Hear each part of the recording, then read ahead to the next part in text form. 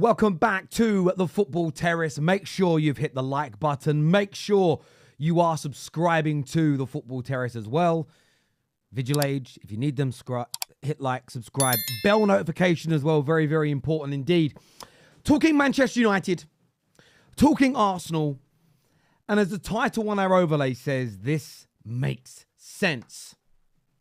I've seen two videos in the last 24 hours that just make so much sense about the problems at Man United and maybe some of the mainstream media's takes on Arsenal.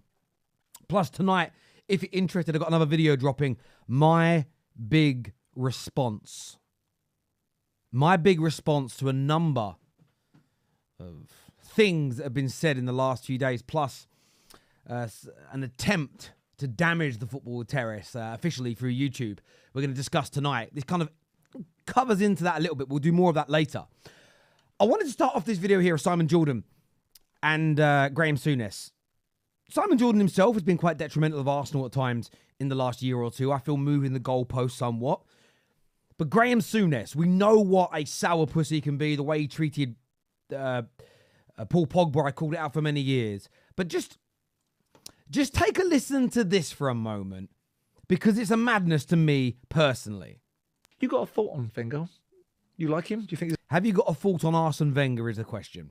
a football man? No, not particularly. I've been on the bench and listened to what... Sorry, let's go back again. Do you find him to be a football man? First thing I want you to look at is Troy Deeney's face. Particularly? I've been on the bench and listened... Look at Troy Deeney's like, what do you mean he's not a football man? I'm a United supporter. Wenger was in my childhood, this man was my demon headmaster. Kind of looks a bit like him. He was the thorn in Man United's side. To even think, though, that he's not a football man is crazy. to what he's telling his players to do. I've been working for Sky in games where he's made very strange decisions. A double-double winner and an invincible manager, not a football man. My take on him was he got very, very lucky. He got very lucky. Oh, hang on. I need to take a drink. My palate feels almost dirty after listening to this and talking about it. But let's listen to his rationale. A time when French football was just its greatest ever group of players. Are you having this? So because France produced great players and Wenger was able to sign them because they respected him to play for them, they liked his tactics, he was able to get the best out of these players, that makes Wenger not a football man. What? I'm trying to hear the argument first. Yeah, greatest ever group of players, inherited the best back five in world football. Okay, so if you inherit good players, you're not a football man. Just remember that. And a 22-year-old Bergkamp, I think Wrighty was still life in them. There's a lot of luck you're talking about there, though, isn't there? To say he's not a and then he had football 10 man. years where he won a couple of FA Cups. You can argue, listen, I would say this. The back end of Wenger's career, I think there was a stubbornness to him. There was the inability to adapt. But this has happened to many managers. Let's not pretend like, if you look at Jose from sort of 2002, 2003, probably through until around 2014, 2015, he had that 10, 12-year period where he was like Superman. I don't think he's adapted and changed his style for the modern day game, more on the personal side of things. Lots of managers were great for 5 years, 10 years, 12 years, and before and after that, not so much. The way Wenger's being singled out here, and do you know why I'm defending him? And straight, I'll tell you why I'm defending him in a minute. People are going to go, sucking off ass? No. That's going to be the lowest common denominator. But apart from the trolls and the haters, my rationale is wrapped around my own football club, but we'll keep listening. Because that cycle had been and gone. Are you being mean-spirited because you're just culturally different? No, I've never spoke to him about football. He'd never come into my office after a game. The only manager that never did. Ding, ding, ding, ding. There we go. I wish I had that meme ready. You know, what's his name? DiCaprio. You don't like him. He never came in his office for one reason or another. This is personal. When he talks about, well, the cycle ended after winning amazing stuff, and that means actually you weren't that great. Well, could we... I'm not doing this, but hypothetically, could we apply this against Liverpool's great team of the 80s? That once that cycle ended, they didn't win anything major, apart from FA Cups, until they won the Champions League in 2005 or 2006. They didn't win the league for 30 years. Does that make his Liverpool team bad because they were in a cycle? No, they were amazing. This has nothing to do with Wenger being good or bad or indifferent.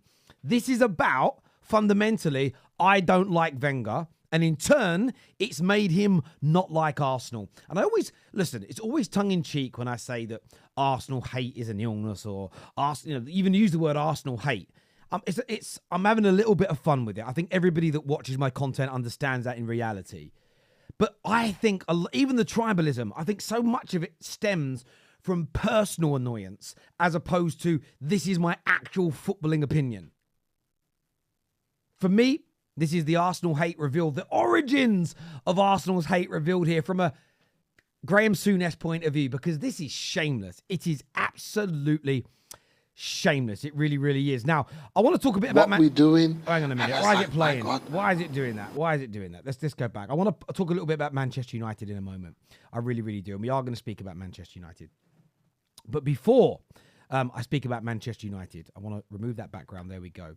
Did you see that crazy news that came out? That our dressing room got bugged during the Aston Villa game. I don't know. I want to hear it. Genuinely, I want to hear what it says. I want to hear what was said. I'm so intrigued by it. I would love to hear it. I mean, it's a disgrace that it's happened. We should be awarded the 3 points. I'm joking, of course. That was a crazy story. I couldn't believe it. I'd love to get your insight on that. Bugging it. And why hasn't it been released? That's what I'm really confused about. I wonder why it hasn't been genuinely. What are they hiding? I want to know what was said. I'm intrigued. Maybe I don't want to know. Maybe it's something I want to know, but when it comes out, I wish I never heard it. Do you know what I'm saying? That's crazy to me. But listen to this here from our coach, ex-coach Benny McCarthy, being asked why Man United are so bad. And that's $1 million question. That's a question for everyone. I think if they knew it as well, they could have fixed it. But there's nothing wrong there. It's just not, that missing puzzle. I don't even think they know what it is. No, we've not found that missing puzzle. What is it? Is it the mentality shift? Is it the mindset? Is it we need to work on more specifics? Is it? It could be anything, because when you're there, you see the work that goes into the training, the work like how the players are and what we're doing, and it's like, my God, we ruin any team the way we train. Like we're not fearful of anyone, because it's just, the team is incredible, man. The training, like, you know, the quality that they have, individual player and as a team, as a unit. And then come match day, it's just, it's like we just get a massive shock in the backlash, like, oh. That's mentality for me. I know he said earlier that they're looking for that missing piece of the jigsaw. But I'm not surprised to hear this. Man United's squad is not full of dead players, in essence. The reason why I think this is mentality, and again, as per the video here, this makes sense. When I grew up in the martial arts gyms I was in, and I had two predominant gyms, one that was in East London and Essex, and then one that was in Manchester I trained in. And each gym I was at, and I noticed this as a child, and when I became an adult and I was still competing, there were some individuals we had, I'm not going to say their names because I don't want to disrespect them, but there was a great friend of mine in training, in sparring, even in small, like, inter-club tournaments. So it wasn't like an open tournament that anyone could come to. It would be where maybe we didn't have a tournament for a few weeks, or people hadn't fought for a while. We had a big competition on the horizon. So what we would do is we would go to another school or another club and say, look, so we do like on a Sunday, we'll bring your guys here, or we'll go to you, and then we'll compete against each other. You know, what you call an inter-club tournament. Inter-club level, he was great. He would get on the mats at the British Open, the French Open, the US Open. He would go to big tournaments, and he would just freeze, and he would get beat by individuals. Sometimes he got even beat. Sometimes he'd get for a round or two. Sometimes he'd even get beat by people from our club, because that would happen at some point in these fights. They kind of seeded you apart from each other. But what would happen is at some point you could get to the quarterfinals, and he would go up against people that he would batter day in, day out, week in, week out in training, comes to the real thing and goes. And I always felt it was a mentality thing. And I don't just want to say weak mentality. Maybe it's the crowd. Maybe it's the fear of failure, as an example, that consumes people. I don't know how to fix it. I'm not there. I don't know if I knew how, I'd be a millionaire and I'd be in there doing it. But this is something Man United have got to fix. Hearing Benny McCarthy say this, I am not shocked and I am not surprised. Equally, by the way, it's why I've always said this about Ten Hag. I don't think he'll leave here and go on and do nothing as a manager. I think he'll leave and go on and do some good things elsewhere.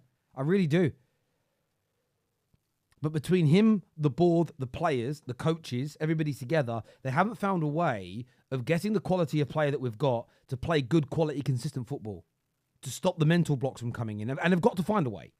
They have to find a way. And ironically, maybe one of those ways is stripping the squad back, bringing in a manager who has less expectations on him, and really starting again. Maybe that's what you got to do.